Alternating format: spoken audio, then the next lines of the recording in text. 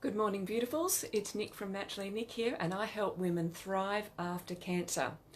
Now, this morning I want to talk about the reasons why, if you've had cancer of any sort, then we need to be thinking about how much red meat we are consuming. So I spoke about it a few times that the World Health Organization has deemed processed meats as a class 1 carcinogen, which means that, I'm going to be checking my notes a lot today so I get it right, that there is strong evidence between processed meats and cancer. Now, a little bit further down the list is red meat, and that's been classified as a class 2. So meat as in beef, lamb and pork, which means there's a probable cause for cancer. So just immediately that's enough to make us sit up and think about how much red meat we're consuming. The next thing is that there is something called a TMAO, which is a long process that happens when we eat red meat. We end up increasing our levels of TMAO, and it comes from a tiny little amino acid that is found in animal proteins and plant proteins called L-carnitine. And you may have even seen supplements, people promoting that you have these supplements.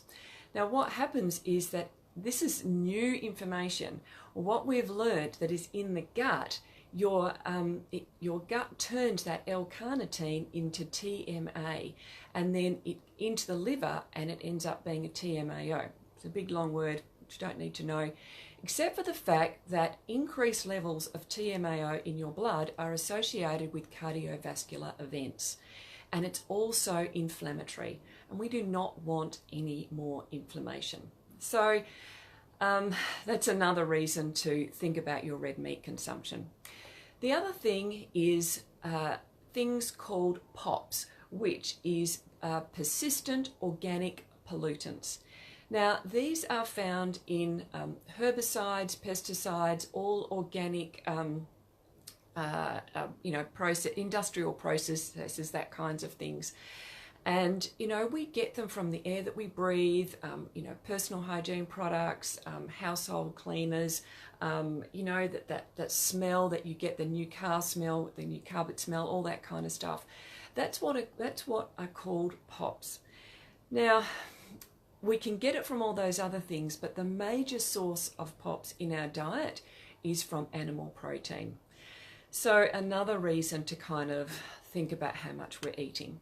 And the other thing is that animal products are acidic, which means that in your body, when we eat them, your body has to release calcium from your bones to bring that pH level of your blood back up to a level that it feels safe at.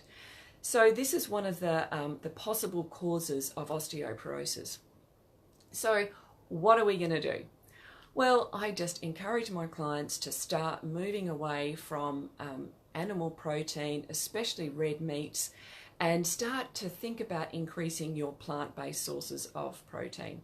Now, this is, benefits you on every level because animal protein doesn't have any fiber whatsoever, and plant-based sources of protein like beans and legumes and whole grains have that wonderful source of fiber.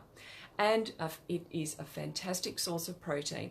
You've heard me say it before, even if you ate 2,000 calories of brown rice and broccoli, you would get the quality and quantity of protein that you needed. So you don't have to fear eating less animal proteins. So that's my message for today or this week. And I would love to hear your comments. Please share this if you think it could benefit anyone. And I'll talk to you next week. Bye.